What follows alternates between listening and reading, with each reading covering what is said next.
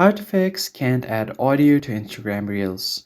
If you are facing this similar kind of issue, you can just follow these simple steps to solve the problem.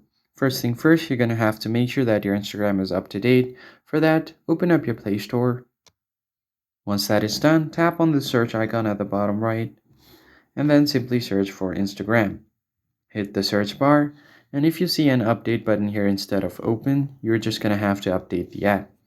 And if the app is up to date, then you're going to have to open up your settings menu.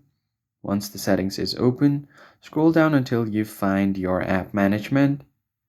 And on your app settings, just search for Instagram. And once you've searched for Instagram, just tap on it and go ahead and clear its cache. Head over to storage and clear cache. Once you clear its cache, you can go back and see if that solves the issue. But if you are still facing the problem, then you're going to have to report a problem. So head over to your profile on Instagram, tap on the three lines at the top right, then scroll down a bit until you find the help center.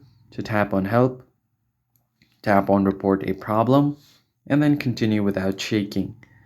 Then you can include your log and diagnostics and briefly explain that you're not able to add audio to Instagram Reels.